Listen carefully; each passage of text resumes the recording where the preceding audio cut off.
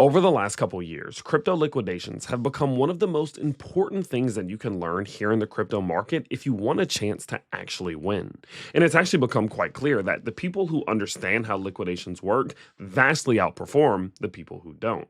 And so, knowing their importance and knowing how valuable they are, what I wanted to do for you all today is to share with you a workshop that I did over in the crypto school on Sunday, where we went over everything regarding crypto liquidations, what they are, how they work, how you can track them, how you can use them, and much more. And remember, if you enjoy this workshop that I'm about to share with you here, we do one just like it every single Sunday in the crypto school, which I'll tell you about a little bit more a little bit later. So without further ado, I really think you guys are going to enjoy this. So let's not waste any more time at all, and let's get straight into it. Well, today we're going to be doing a workshop on liquidations. Okay. And this is something I've hinted at a lot recently, just because liquidations in crypto, I think, are one of the single most important things that you can pay attention to. It's the reason why I talk about them all the time. It's the reason why I post about them all the time. It's the reason why I try to teach you guys about them all the time. I believe once you understand liquidations and you genuinely understand why they happen, how they happen, who causes them, who wins, who loses, once you understand that, your perspective on this market will change almost immediately. And hopefully by the end of the next 20, 30 minutes, you guys have a full, deep understanding of liquidations, knowing exactly how they work, what they are, and much more. Okay. And so today, that's what I'm going to do for you. Now, I'm not going to do some big, crazy, fancy presentation because honestly, I don't like learning that way. If I'm going to be 100%, I don't like learning that way. It feels a little bit too planned. It feels a little bit too scripted. Whereas what I prefer to do is just to talk to you. And if that's okay with you guys, let me know in the chat. Give me a 3 in the chat if that's okay. If I can just talk to you and explain to you how these liquidations work, what they look like, who benefits from them, who the winners are, who the losers, who causes them. I'm gonna give you everything. Okay, but it'll just be a bit more of a conversation. And if you want a big fancy presentation, I'll give you guys one in the future. Okay. So 3. Okay, great. I'm glad we're on the same page. So let's get into it. Okay, let's get into it. Let's just jump straight in. So, what is a liquidation here in the world of crypto? What is a liquidation in the world of crypto? Because you hear it all the time, I'm sure. You've maybe seen this before also. Let me pull this up real quick. I'm sure you've seen this before. Y'all ever seen this chart? This? Or maybe you've seen this one. You've seen this stuff? These are liquidations. Okay, those are liquidations. So whenever people talk about liquidations or you see that chart, that's what they're talking about. They're talking about liquidations, right? And what are they? So let's first and foremost start there. What is a liquidation in crypto? So liquidations are when leverage traders lose everything. The easiest way to explain it, a liquidation occurs when a leverage trader loses everything, but it's not that simple. So let me give you a scenario. You're a trader and you have $100. You want to use that $100 to trade.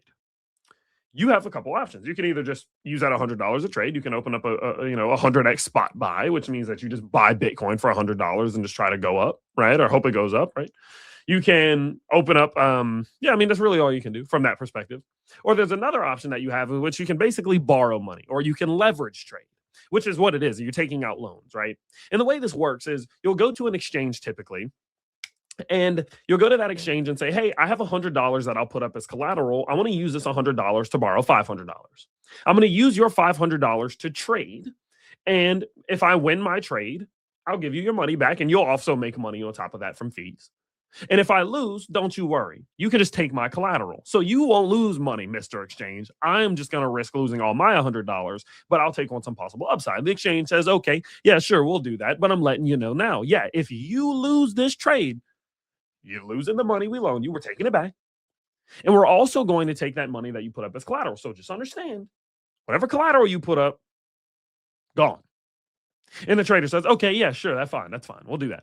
So the trader puts up $100 as collateral, borrows $500, and then they look at the market. They look at Bitcoin and they say, okay, Bitcoin's at 100,000. Would be nice, right? Hypothetical though. Bitcoin's at 100,000.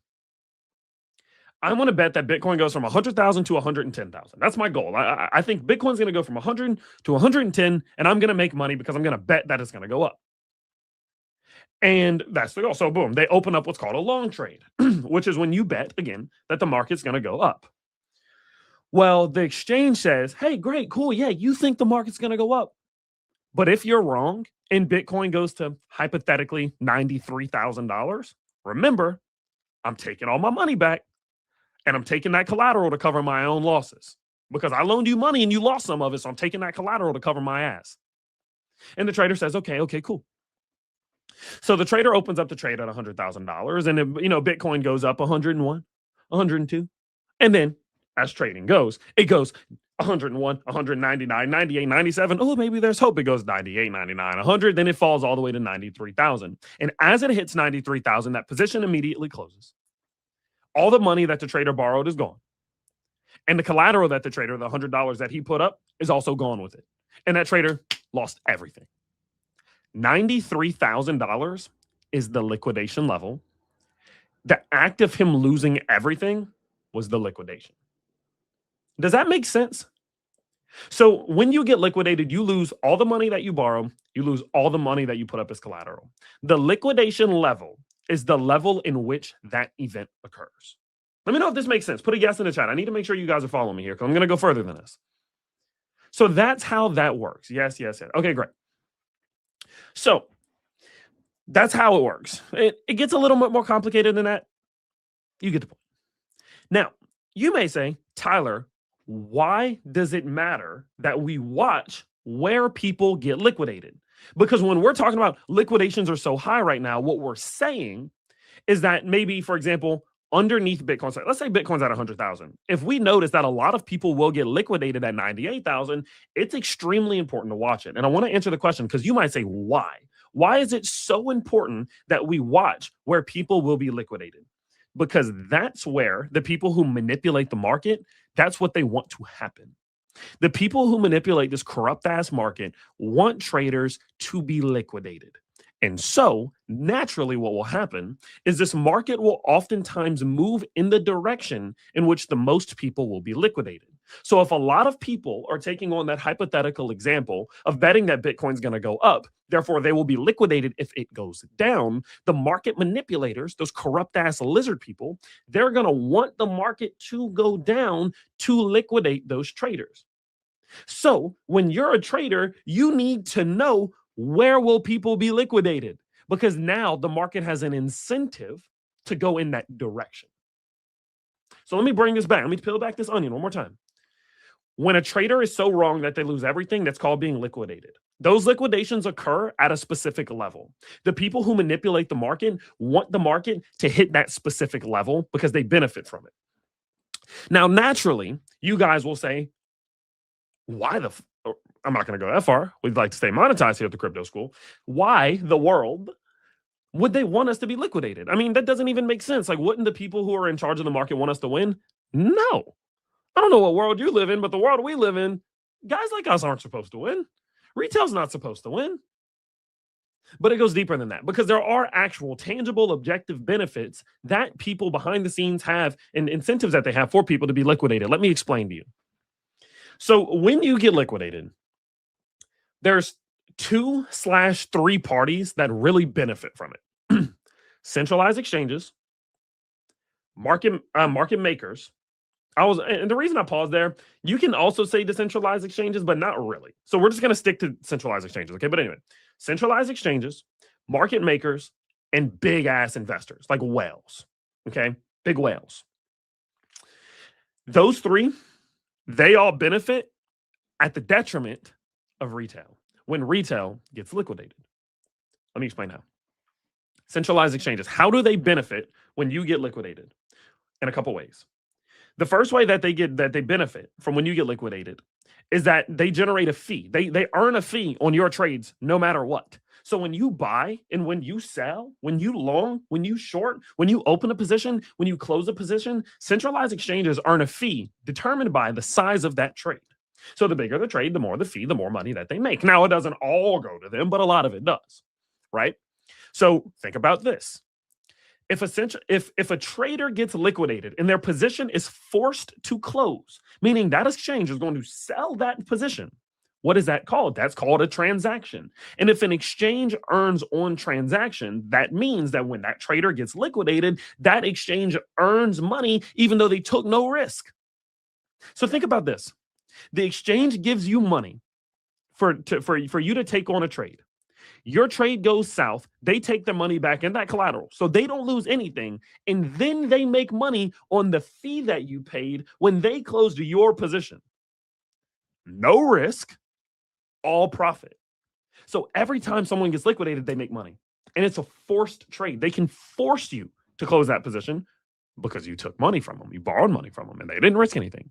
So a centralized exchange makes money in that way. They also make money in another way. I'm going to explain that in a second, but I'm going to skip past it for now. It'll make sense in a second. Now, there's market makers. These are the mother effers of the market. Okay. These are the ones that really make money whenever you get liquidated. Now, in order for me to explain this, I'm going to get a little technical, but I'm going to try to keep it as simple as possible. And also, one thing, if anyone has just joined, remember, what we're doing right now is called Super Sunday. This is something we usually do in private over in the crypto school. We decided to make it public today. Welcome in. Now, market makers. What is a market maker? Okay, I'm going to try to explain this as simply as possible. Market makers are intermediaries. They make the market. They're the ones who are going to be buying crypto from people and selling it to other people in very simple terms. Because you know what a lot of people think is that in crypto, when they go on an exchange, when they press buy Bitcoin, for example, they think they're buying it directly from another person. But it could be peer-to-peer, but it's usually not. Usually what happens is that, for example, if I want to sell my Bitcoin, one Bitcoin, I'm going to go on an exchange, I'm going to sell Bitcoin. Do you notice how it always just immediately sells? It's because you're not waiting for another person on the other side to buy it. No, oftentimes a market maker buys it from you, and then they sell it to another person. And so that makes things fast. There's always liquidity. There's always someone in the middle to buy it from you, then sell it to another person. It's like a flipper, basically. That's kind of what they do. And it gets a little bit more complicated than this, but I think you get the big picture. There's an intermediary there. Now, market makers make money on spread. So what they'll try to do is they'll say, okay, Tyler wants to sell his Bitcoin at 99,000. I'm going to buy it from Tyler at 99,000, and I'm going to go try to find someone who'll buy it for 100,000. And if they do that, guess what? They made $1,000. Now, naturally, they have their own risks, and so they have to hedge those risks because think about it. If they buy that Bitcoin from me at 99,000 and it goes to 80,000, whoo, baby, we're in trouble, right? And that's why market makers go down so often whenever the market drops, because if they can't get out of that position fast enough, their spread goes negative and GG, over with, right? But they're good. They're really good. They don't let that happen. Now, they also can sometimes hedge their positions with short trades. I'll explain that later. No, I won't. Not today. One day. Now, knowing this, okay, so market makers buy it from you and sell it to someone else for a higher amount. That's their goal. Think about this. When the market starts falling and someone gets liquidated, it goes really down. Boom, boom, boom, boom, boom, really down. And people start getting liquidated. And the centralized exchanges have to start selling those positions out. A market maker can go in and buy in those moments. They're just buying because they're scooping it up. They know that this is a liquidation cascade and that the market is just falling because people are just getting liquidated. It forces more people to close, which gets liquidated, forces people to close, the spot sell gets liquidated. And these market makers buy. And they hold it. They hold it real tight. And then while the market's falling, a bunch of traders start betting that it's going to fall. They're like, oh, short the market. It's going to go down. It's going to go down. It's going to go down. So all these traders start betting it's going to go down. So what happens is now they can be liquidated if the market goes back up. So these market manipulators push the market back up to liquidate those people who jumped on the train betting that the market's going to go down. And as these market manipulators push the market back up, guess what happens? Those market makers who bought that crypto at the low, now they make a spread. Because as the market starts going up and squeezing out those shorts, now all the assets that they bought in those lower prices, they can sell for higher and they get out. And it's this constantly repeating cycle, and it's called volatility spread. Because in volatility, there's higher highs and there's higher lows. And when there are higher highs and higher lows, there's a higher spread for market makers to make money. And so it's a nasty game. Because a centralized exchange can push an asset's price down, liquidate an investor or liquidate a trader. As that trader gets liquidated, the market maker will buy that position or positions in that time where the market's down. The market starts to reverse because everyone bets that it's going to go down. It starts going back up.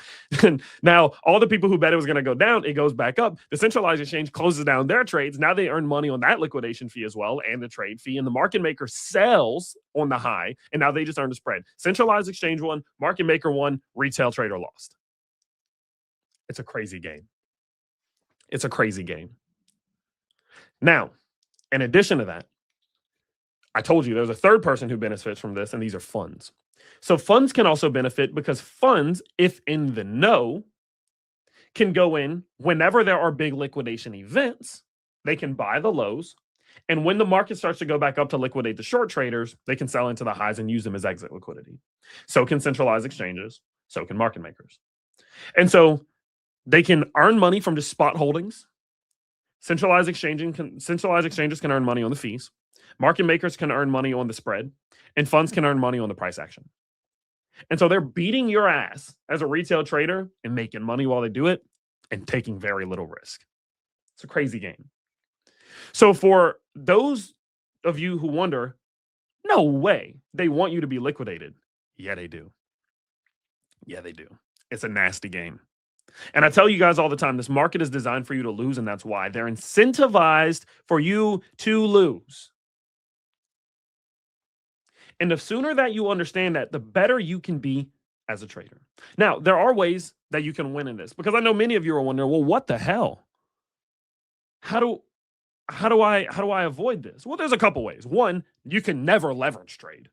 If you never leverage trade, you'll never be liquidated. The problem is, people always say this. Well, the market manipulation and corruption won't affect you if you never leverage trade. Yeah. Do you remember October 10th? All those people who had spot bags that watched their shit crumble out of nowhere? Yeah, the price action can still impact a person who's not open on leverage positions. Of course it can. So you can't avoid it. You just got to be okay with it and recognize that it's a part of the game. Now, there are tools, though, that you can use in order to mitigate the losses or prepare for the fuckery. Gonna lose monetization there. It's all good. So I'm gonna say it again. You can prepare for the fuckery that comes from the liquidation events and from the liquidation cascades. Now, one of the best websites that you can use, this is not a sponsor, by the way, it's just a website I use, is called CoinGlass. So CoinGlass gives you the ability to see where the liquidations will happen. And remember, if you can see where the liquidations will happen, you can have insight as to where the market is incentivized to go. Remember, they want you to be liquidated. So the market is incentivized to move in the direction in which the most liquidations are available. So look for them and prepare for them. Let me show you. So what I'll do is I'll go through some of the different options of tools that you have here, starting with the very first one, which is liquidation history. So liquidation history is basically just a historical map. It shows you where people have been liquidated and how much people were liquidated for. So, for example, if we go back to October 10th, y'all remember that day, the 10-10 crash? You see these little bars. The red bars to the bottom side are the amount of people who are short traders who are liquidated. The green bar is long traders who are liquidated. Remember, long traders bet the market's going to go up. Short traders are people that bet the market's going to go down. Well, look at this. So this gives you the ability to go back to like October 10, the 10-10 crash, and see what happened. And you can see that 16 billion, we're talking like billion dollars worth of long trades got liquidated, which is the biggest in history, by the way. And 2 billion worth of short trades were liquidated that day as well. So you can use the liquidation history chart just to kind of see where people and how many people were liquidated in what areas. So for example, if we just get rid of 10-10, you can kind of see a bit more accurate picture. So I would look at this, and this is like recent history, and I would say, okay, like recently we've seen a lot of long traders get liquidated. And why is this important? Well, usually when a lot of long traders get liquidated, it's a sign that some sort of bottoming out can be happening. Not a bottom, but a bottoming out, right? Generally, market bottoms happen after long traders get liquidated. It's just kind of how that goes. And so you might want to look for something like that. So you can use the liquidation history to see historical data as to how many people got liquidated. If you're learning, if you feel like you've learned something today, please put a 5 in the chat. I would really appreciate it. Now, you can use this, top liquidation events. Top liquidation events will tell you the amount of people who got liquidated on certain big events. It's just, you get it, like the biggest liquidation events. It's pretty simple. So for example, you can see 10-10 was the largest liquidation event in crypto history. $19 billion worth of liquidations happened, allegedly. I think it was more than that. 16 billion longs, 2 billion shorts, 1.63 million liquidated traders. Fuck, crazy, man. And Bitcoin amplitude, which I'll explain in a future video, is at 17.26, which is pretty high. Not crazy high, but pretty high. And then it'll explain the event, like what happened. And you can see a lot of the biggest liquidations actually happened in 2021. You know what's crazy? A lot of people think that the market manipulation just started. Oh, no, baby. Liquidation's been happening a long time. Years here in crypto. Look how many of the biggest ones that have ever happened were in 2021. Crazy, right? Now, liquidation history heat map. This one's pretty interesting. This will show you assets on this side and dates on this side. And what it allows you to do is say, like, okay, on January 26th, what took the most liquidations? Oh, Bitcoin got liquidated, ETH got liquidated. So you can see that a lot of the biggest liquidations generally happen in the top couple cryptos here. It's pretty interesting. Now let's get into the fun stuff. So here's the liquidation map, the good old notorious liquidation map that I'm sure you've seen a million times. What does this liquidation map do? It shows you the levels in which people will be liquidated. Remember, a liquidation is an event that happens in which a trader loses not only all of the money that he borrowed, but the money he put up in collateral. The liquidation level is the level at which that event occurs. And so what you can see on the Bitcoin exchange liquidation map is a couple things. On the right side and the left side, the y-axes or axes, I don't know.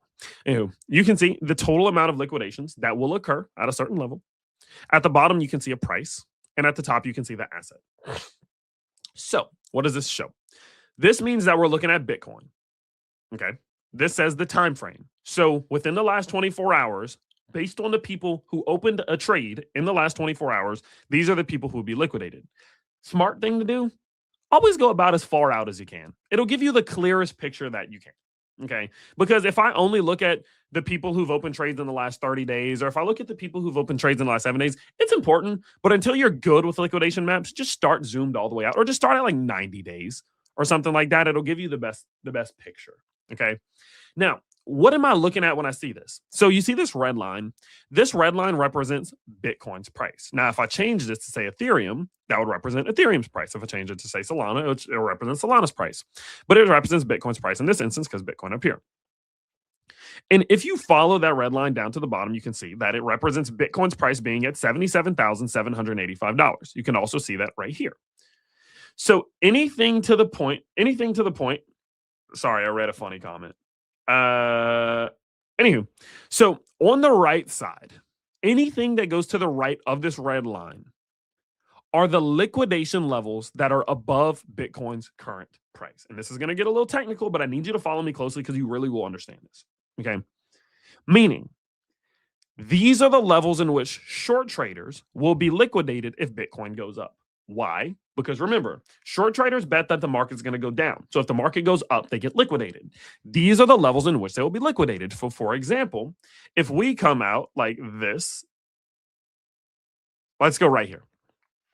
At $91,961, there will be $8.68 billion worth of liquidations. That's what this says. Tyler, how do you know? I can't move my mouse because you won't be able to see it, but look under my mouse to the right. You see the 91,961? That's 91,961. Under that, you see cumulative short liquidation leverage. That shows the amount of leverage that will be liquidated. If Bitcoin's price goes up and goes up to that level, it'll have wiped out over $9 billion worth of liquidations, or $8 billion. And so you can see individually how many cumulative liquidations will occur at certain levels. Now, the better thing to do, though, is just to look at this as a whole. Because if I just look at this as a whole, what I can clearly see is, based on the traders who have opened up trades in the last 90 days, mostly everyone will be liquidated if Bitcoin goes back up. So do you see how there's way more liquidations to the right than there are to the left? That means there are way more people who will be liquidated based on 90-day trade opens. More people will be liquidated if Bitcoin goes up and down. And that's important to know. Why? Because remember, again, the market is incentivized to move in the direction of the most liquidations. It doesn't have to. For example, we could go to absolute war with Iran and crypto could just crash. So it's not the end all be all, but you understand where the incentive at. And the incentive is at. Where are the people who are manipulating and corrupting this market? Where do they want it to go? In this instance, the answer is up. Now, funnily enough, maybe 2 weeks ago, 3 weeks ago, this chart was opposite. There were way more liquidations to the left of the red line than to the right. And I warned people. I said, hey, guys, listen, there's a lot of liquidations below us. There's a deep, deep density of volume of liquidations below us. Be careful. We might crash soon. And the market wanted those liquidations, man. And it came down to get them. That's what happened. So when you look at the liquidation map, it'll tell you based on a certain time frame where the most amount of liquidations would occur. And in this instance, it means up. More people will be liquidated if the market goes up. Now, a lot of you may say, oh, Tyler, well, doesn't that mean that we should buy it right now because it's going to go up? Kind of, but no, it's not that simple. Yes, historically, moments like this are good buying opportunities if you have a long enough time horizon. But what you have to understand is that it could take a long time for it to actually happen. And the reason why it could take a long time is because the lower down we go, the more liquidations to the upside there will be, because the more short traders will get confident and start over leveraging. So the real incentive right now could be to push Bitcoin's price even lower to get more liquidations above us to then go back up. So it does not mean that we're immediately going to go back up, but it does mean that eventually we probably will, because there's an incentive too. So if you're willing to buy now with a long enough time horizon, very likely you win some freaking trades. You just got to be willing to ride out the roller coaster that could be in front of you. So that's the liquidation map. Let me know if that's useful. Now, the next thing that you can look at is the hyperliquid liquidation map. This is going to go more into decentralized exchanges. I'll explain this in a future video. Very similar, though, works about the same way. And the last thing that you're going to see today in terms of tools is the liquidation heat map. And I know I'm going a little bit over my time here, but I really hope you guys are enjoying this, okay? What does the liquidation heat map do? Well, it works very similarly, but it's a little bit easier to read. So what we're going to do is we're going to go out to the maybe 1 year. I want something a little clearer. Let's go 3 months, 90 days. Yeah, this is fine. So what this does is it shows you where Bitcoin, see BTC over USDT, Bitcoin, where Bitcoin's price is at and how many liquidations are above it and how many liquidations are below it. The brighter that these bars get, the more liquidations that there are. And you can see this happening in real time. So do you see how when Bitcoin's price was, let's go right here. You see how when Bitcoin's price was right here, there were all these liquidations up here, like it got really bright up there, and then Bitcoin's price pushed all the way up and smashed into those liquidations right up into it, just right up into it, and liquidated all those traders right here. And then it starts going all the way back down to start taking out these big bright candles right here. That's a very clear representation of Bitcoin coming up, liquidating traders to the upside, coming back down, liquidating traders to the downside. So this is just an easier visual to see where the actual liquidations are in comparison to the price, while also being able to apply technical analysis as well. Okay. So that's what the liquidation heat map does, and it shows you a little bit of a clearer picture. But I personally like to use this because I think this gives me a better understanding of, okay, there's a lot more to the upside than the downside. That's all I really like to know, right? So that's what I like to look at. Now, there's multiple other models. For example, there's Model 2. Model 2 works better than Model 1. As you can see, it's a little bit clearer, a little bit easier. If you go out to maybe like the 30-day, maybe, let's see. Yeah, so you can see like on the 30-day right now, in the short term, there's still a lot of liquidations directly below us. There's a big density of liquidations from the last 30 days, but the actual higher accumulation of liquidations is still higher up here. So density, cumulative liquidations, right? There's a difference. And I'll explain all that later on. You don't really need to know that when you just first get started, but there's a whole bunch of different models that you can use. And what I may do is I may release like a quick pamphlet, like an online pamphlet that you can use to do this. And it's cool because you can look at everything. I mean, you can look at like ETH, for example. You can look at ETH BTC, Pump BTC, ETH USDT. I mean, there's a bunch of stuff you can look at. So that's in general all of the different tools that you can use. But the goal of using these tools, remember, is to be able to see where the majority of liquidations are so that you can then assume where the incentive of the market is at. So I'm going to take 3 more minutes and I'm going to explain how you could then apply that to your trading or your investing. So let's say, for example, I'm looking at Bitcoin. And I notice this. I say, you know what? Bitcoin's price is currently at a major zone of liquidity. Major, guys. I mean, we got resistance, we got support, we got the freaking RSI doing RSI things. Look at this, dude. RSI on the weeklies at 31. I mean, we're low, getting overextensions to the downside. We're getting bullish divergences. And at the same time that we're seeing we're seeing Bitcoin's price try to find support, we see a bunch of liquidations open to the top side, right? So everyone will be liquidated if we go back up. I would do a purchase right here. Why? Because the market has an incentive for the support to hold. It doesn't mean it's going to. It could just not. It could go down, get more short trades available, and then go back up. But eventually it's going to go back up because this market is cyclical, micro and macro. So I would be willing to do a purchase right here, knowing that there's a good chance that Bitcoin tries to go back up to capture some of those liquidations, maybe before continuing downward. So I'd probably maybe open up a swing trade here. Little purchase there, little sell there, trying to act like a fund or a market maker trying to catch a spread, right? Or for example, let's say Bitcoin's price is going up. It made this move. Look at this. So Bitcoin's price came down here. It back tested this previous zone of resistance and flipped it into support and used it to push upwards. And as Bitcoin's price was pushing upwards, it starts to get stuck below this 1.272 Fibonacci extension zone. It gets stuck right here for months at this resistance zone. Well, as this is happening, I notice that a bunch of long traders are still betting that the market's going to go up. They're still betting that it's going to go up. And so everyone will be liquidated if Bitcoin goes down. Guess what? I'm out. I'm selling. And that's the reason why I did take profits up here. That exact thing happened. Matter of fact, if we go to my Bitcoin buy sell bubble sheet, which should be one of these. Give me 1 second. I don't know if it's this one. Yeah, here you go. So look at the all-time high. That's the reason why I was doing huge sales here, huge sales here, huge sales here. You guys are about to hear from a guy named, I think Lewis is coming. You guys are about to hear from a guy named Lewis. Lewis also got out right here because of these sorts of things. Now, Lewis's reasoning was different, but you can catch tops and you can catch bottoms. You'll never perfectly time them and never try to. It's impossible, but you get the point. You can use liquidations as a tool to have a better edge in the market.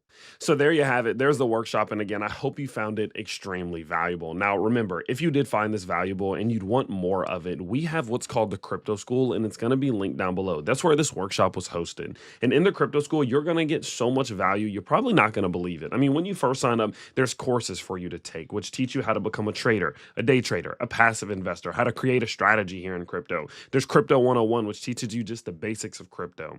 In addition to that, you get access to insights and trades from some of the best people in the space. You're going to get coaching. There's workshops, there's live streams, there's classes, there's voice chats. I mean, there's so much there that I don't want to overwhelm you. But if you do want to check it out, feel free to check out the link down below because it'll tell you everything that you need to know about what's in the Crypto School. So make sure to check out the link down below. I hope you guys did enjoy today's free workshop, and I can't wait to see you all in the next one. Peace out, everybody.